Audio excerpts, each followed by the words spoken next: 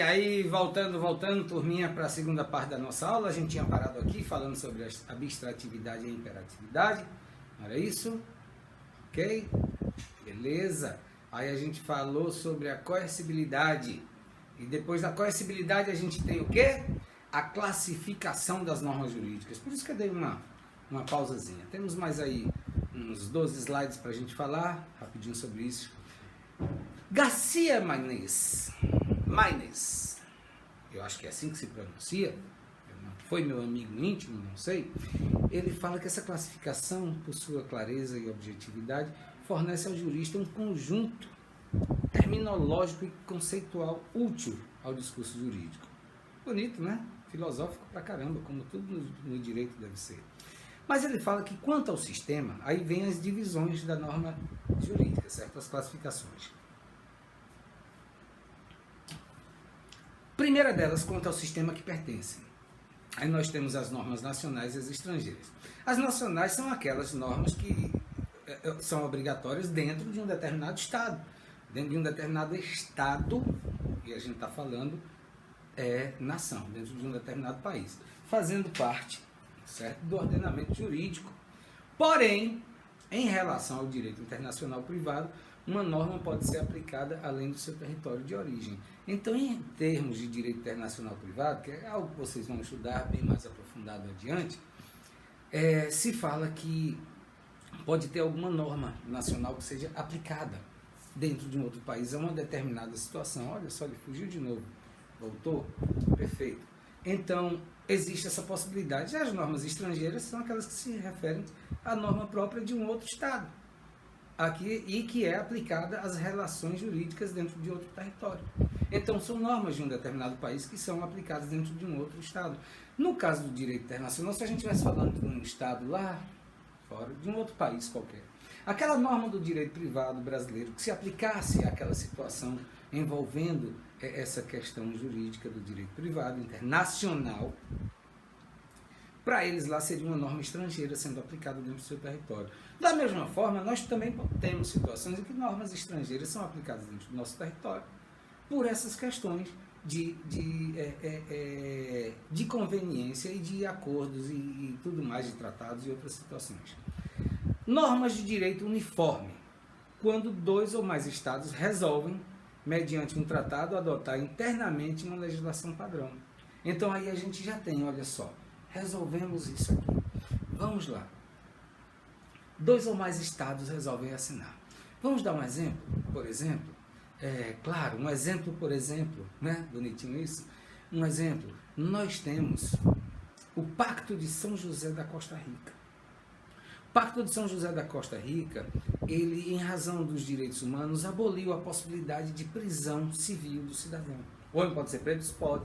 Por crimes, por questões penais que ele pratique, mas não prisão civil.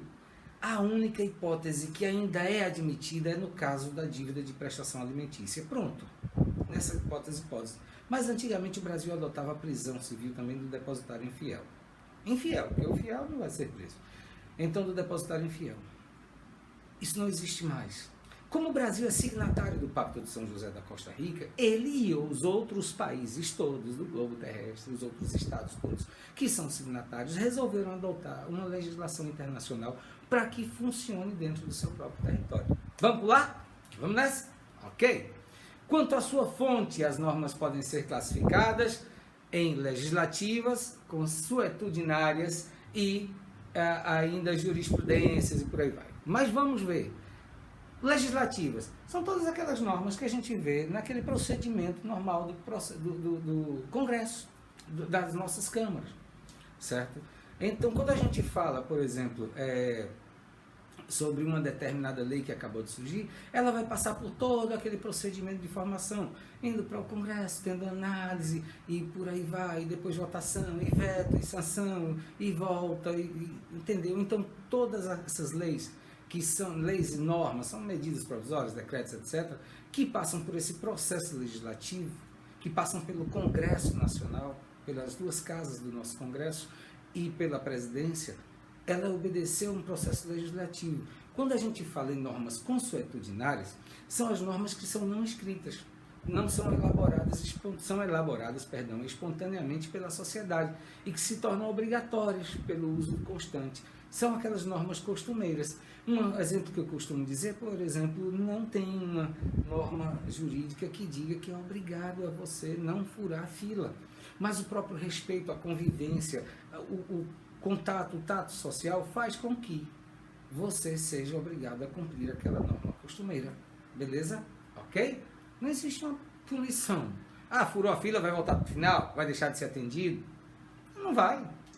Não vai. Vai depender da reação de quem estiver atrás ou na frente. Belezinha? São as consuetudinárias. Mais adiante temos a jurisprudenciais.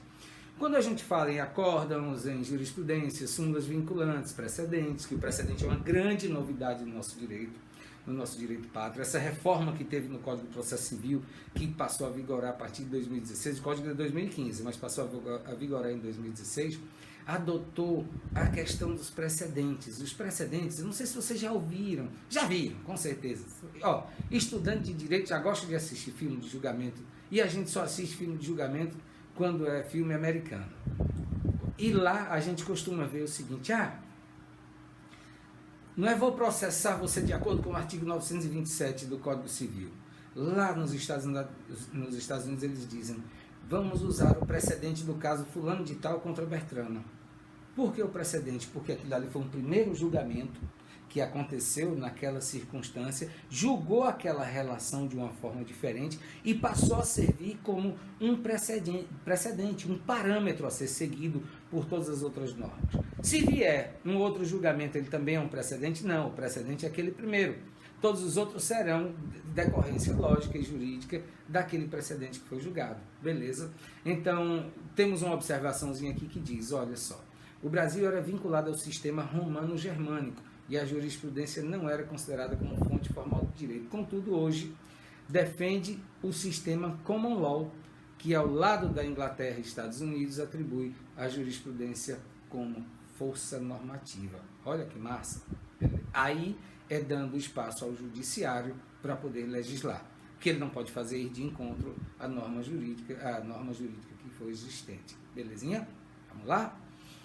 Quanto aos diversos âmbitos de validez, elas são classificadas de acordo com os seus âmbitos, por exemplo, e podem se subdividir no âmbito espacial, em gerais e locais. As gerais, elas são as normas federais que são aplicadas em todo o território nacional.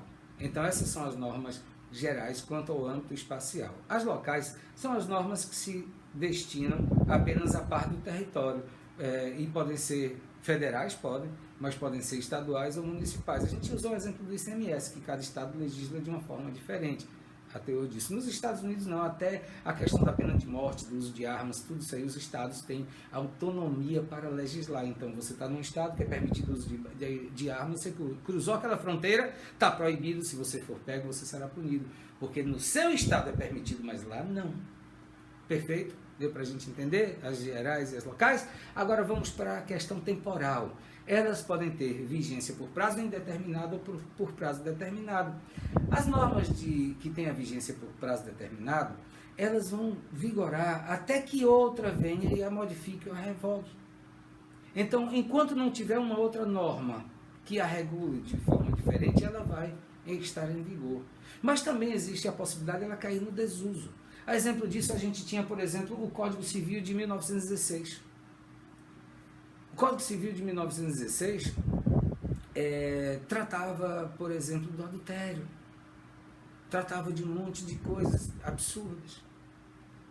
E aí, tratava do dote.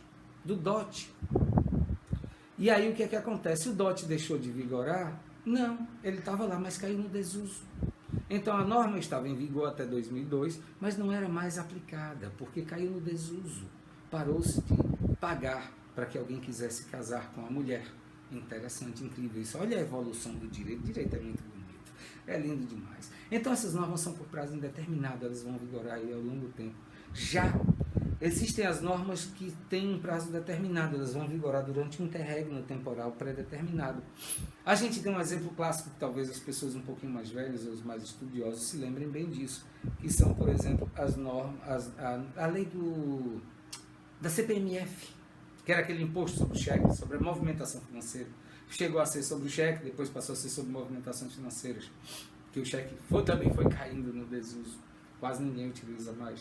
Ela tinha um prazo de vigência, ela depois foi prorrogada, mas ela tinha um prazo de vigência e depois não podia mais ser prorrogada.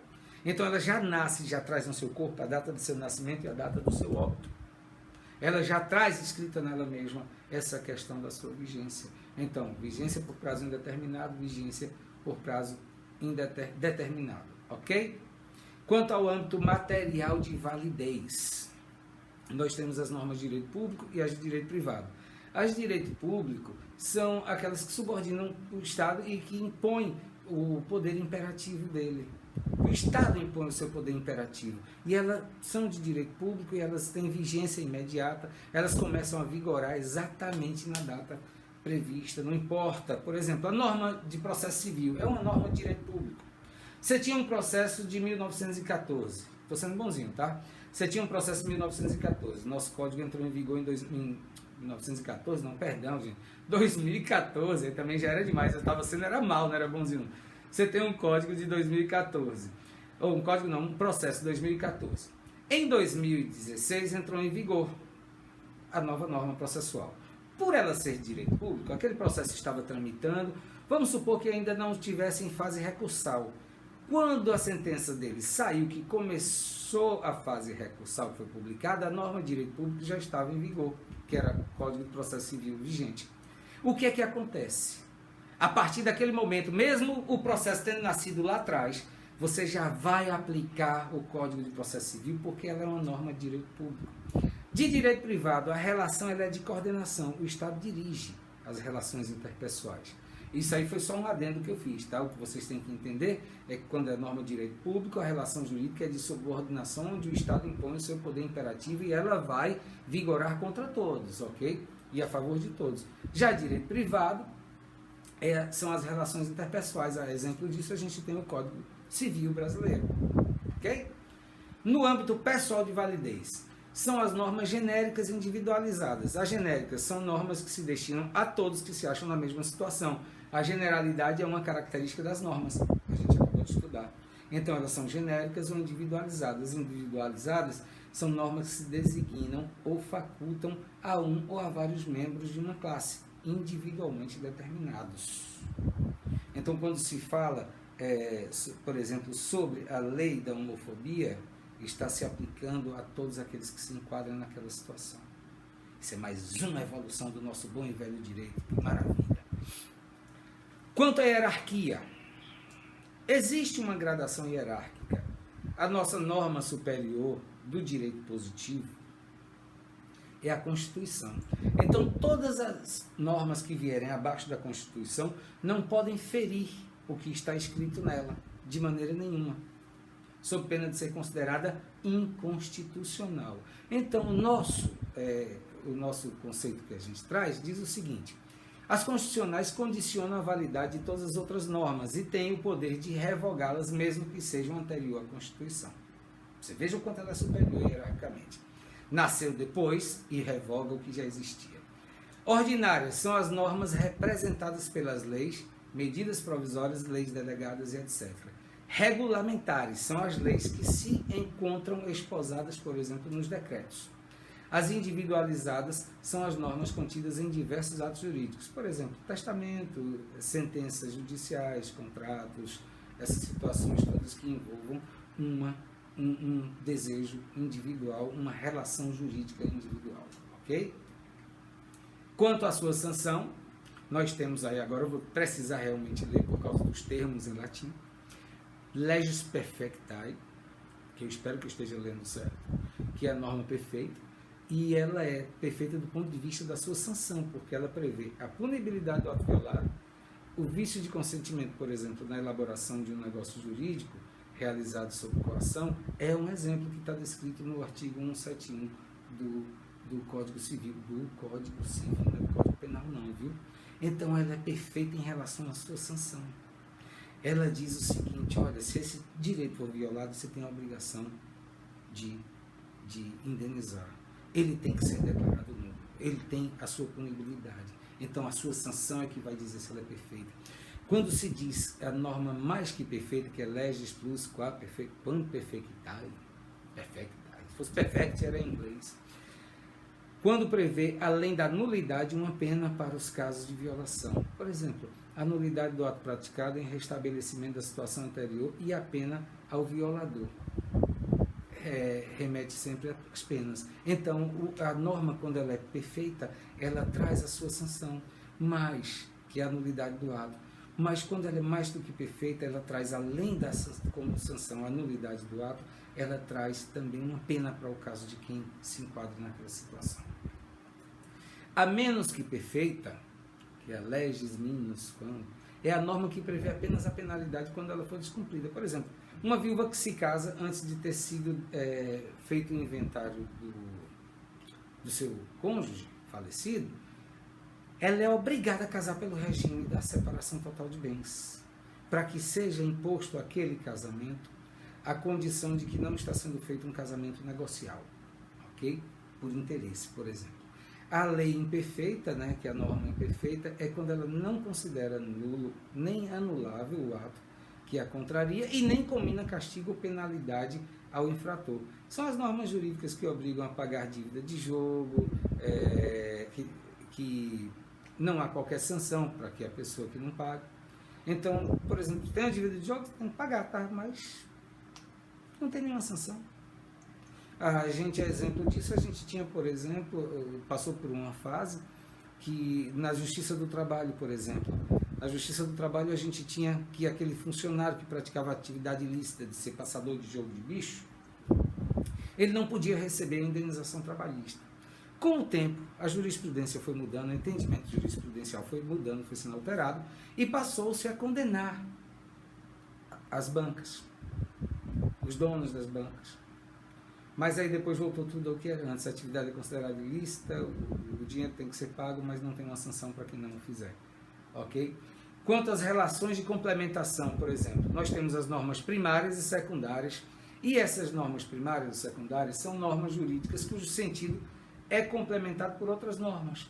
Então, em relação à complementação, o que é que acontece? Em muitas situações, você tem uma norma jurídica que precisa ser regulamentada por outra, sendo aplicada de forma subsidiária àquela dali, para que ela possa vigorar. Quanto à sua qualidade, nós temos positivas ou negativas. Positivas, as que permitem a ação ou a omissão. As negativas são as normas que proíbem por completo a ação ou a omissão. Perfeito? Vamos dar continuidade. Apaguei sem querer. Vamos lá? Faltou? Faltou. Então, quanto à vontade das partes, taxativas ou cogentes, dispositivas, rígidas, flexíveis ou elásticas. Taxativas ou cogentes obrigam a todos, independentemente da vontade das partes. Aí vem aquela questão da imperatividade, da coercibilidade, por aí vai. Dispositivas dizem respeito apenas aos interesses dos particulares. Admitem, por exemplo, a não adoção de seus preceitos, desde que por vontade expressa das partes. Elas são disposições que podem ser negociáveis, digamos assim. Rígidas são quando o seu conteúdo não oferece outras alternativas, sendo impositiva a sua ordem. Um exemplo é a aposentadoria compulsória. Você não tem mais o que fazer, você tem que se aposentar. Flexíveis ou elásticas, quando admitem a maleabilidade da situação para o juiz, por exemplo, poder resolver determinados problemas. A questão de usos e costumes, por exemplo, de uma região, a vaquejada no Nordeste, o rodeio lá no Centro-Oeste, ok? Quanto à sua vigência e eficácia e legitimidade da norma jurídica. Vigência é a validade formal da norma jurídica, é o período de vigência após a sua vacatio legis. O que é a vacatio legis? É aquele períodozinho que a gente tem entre a publicação da norma e a sua entrada em vigor. Muitas normas elas já são consideradas, elas já entram em vigor na data da sua publicação. Outras têm um período de vacância, que é a vacatio legis. E aí disse o seguinte, por exemplo, o Código de Processo Civil de 1915, de 2015, ele fala o seguinte, ele foi publicado em 2015, mas ele só veio a entrar em vigor um ano depois. Foi justamente o período de vacância o necessário para algumas adaptações serem realizadas para que acontecesse, ok? Quanto à efetividade, esse atributo consiste no fato de que a norma jurídica deve ser observada tanto por seus destinatários quanto pelos aplicadores do direito. Então, amiguinhos, eu, enquanto aplicador do direito, na defesa dos interesses do meu cliente, que foi o destinatário da norma jurídica, eu também estou na mesma obrigação que ele de cumprir a norma. Eu não posso me furtar a minha obrigação de cumprir. Deu para entender? E para a gente terminar, certo? A gente tem o seguinte, em relação à sua eficácia. A eficácia dela é em relação ao seu efeito. Se ela consegue ser bem aplicada, ela é uma norma perfeitamente eficaz. Se ela conseguiu atingir os seus objetivos, ela é plenamente eficaz. Em se tratando de legitimidade, isso está mais relacionado à fonte da norma jurídica. Então, por exemplo, se ela emanou de uma determinada fonte permitida, que é um assunto que a gente vai ver na próxima aula, eu acredito, então ela, por consequência lógica, por dedução lógica, a norma que emanou daquela fonte legítima também é eficaz. Meninos e minas, vamos ficando por aqui, ok? Um beijão forte para vocês e a gente se vê daqui a pouco na próxima aula. Tchau, tchau!